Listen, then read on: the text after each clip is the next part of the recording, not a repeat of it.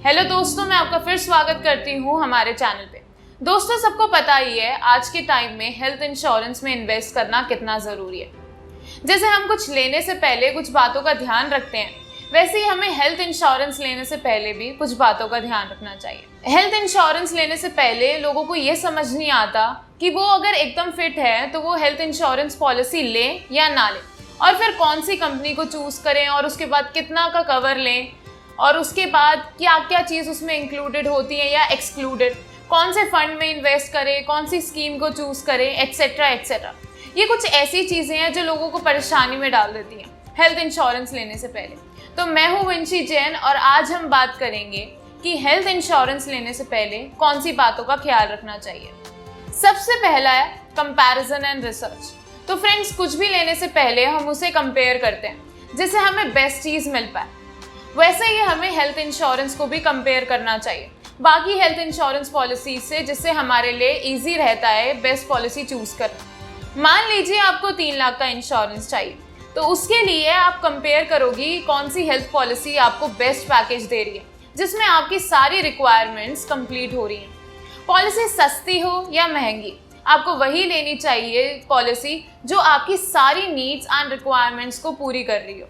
आज के टाइम में सभी पॉलिसी अपनी मार्केटिंग करती हैं, पर ये आपको चूज करना होगा कि आपके लिए क्या सुटेबल है। जैसे कार्स की कंपनी अपने अपने प्रोडक्ट की मार्केटिंग और ब्रांडिंग करती है, पर उसके बाद भी आप अपनी रिक्वायरमेंट के अकॉर्डिंग लेते हो, वैसे ही आपको हेल्थ इंश्योरेंस में भी करना चाहिए। आपको हर चीज़ देखनी चाहिए, जैसे कि आपके शहर में कैशलेस सेटलमेंट कंपनी का कवरेज है या नहीं।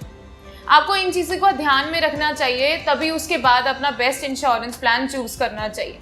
दूसरा है कवर एंड प्रीमियम। इसमें आपको पॉलिसी लेने से पहले ये फाइनल करना होगा कि आपको सिर्फ अपने लिए पॉलिसी लेनी है या फिर अपनी पूरी फैमिली के लिए। अगर आप अपनी फैमिली के साथ रहते हैं तो आपको अपनी पूरी फैमिली के लिए कवर लेना चाहिए, ये ज़्यादा बेटर है।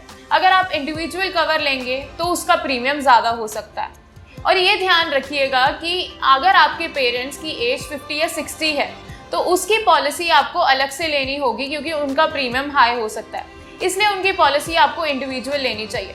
अगर आपकी एज 25 के ऊपर है तो आपको एज अ चाइल्ड कवर नहीं मिलेगा, इसलिए कोई भी पॉलिसी कवर कर लेने से पहले आपको ये डिसाइड करना होगा कि आपको वो इंडिविजुअल चाहिए या फैमिली, और उसमें आपको क्या क्या कवर करवाना है, उसी के अकॉर्डिंग आपका प्रीमियम फाइनल होगा।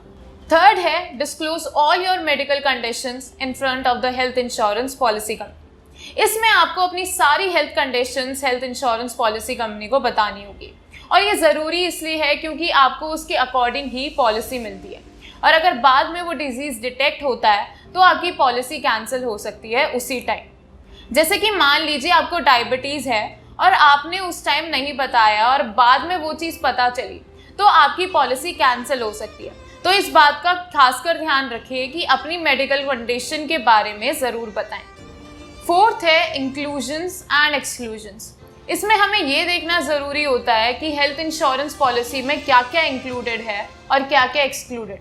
पॉलिसी लेने से पहले आपको ये चीज़ हमेशा देखनी चाहिए, क्योंकि हो सकता है जिस कंपनी की आप पॉलिसी ले रहे हो और वो हर उस डिजीज़ को कवर ना करे। और सिर्फ डिजीज़ ही नहीं होते जो पॉलिसी में कवर होने चाहिए, उसी के साथ साथ और भी चीज़ें हमें देखनी चाहिए, जैसे कि pre and post hospitalization, no claim bonus, no room rent limit, pre and post diagnose test. जैसे आजकल एक ही दिन में सर्जरी हो जाती है तो उस पॉलिसी में डे केयर अवेलेबल है या नहीं, और ऐसे ही और चीज़ें जिसकी आपको ज़रूरत हो, उनका पॉलिसी लेते टाइम आपको ध्यान रखना चाहिए। फिफ्थ पॉइंट है कि हमें ये देखना चाहिए कि जो हम हेल्थ इंश्योरेंस पॉलिसी ले रहे हैं उसमें हमें कुछ एक्स्ट्रा मिल रहा है या नहीं। ये देखना काफ़ी ज़रूरी है, क्योंकि जब हम बीमार होते हैं तो सिर्फ हॉस्पिटल का खर्चा ही नहीं होता, उसके साथ साथ pre and post diagnostic test और एम्बुलेंस एंड एयर एम्बुलेंस की ज़रूरत पड़ने पे इन्हीं के साथ साथ हॉस्पिटल्स के rooms like private, semi private and कई बार प्रिवेंटिव केयर और मेडिकेशन के एक्सपेंसेस होते हैं अलग से। तो ऐसी और चीज़ें होती हैं जो देखना बहुत ज़रूरी होता है पॉलिसी लेने से पहले, उसमें कि क्या है और क्या नहीं। चेक करना ज़रूरी है, क्योंकि अगर आप चेक नहीं करते तो आपको आगे जाके प्रॉब्लम हो सकती है।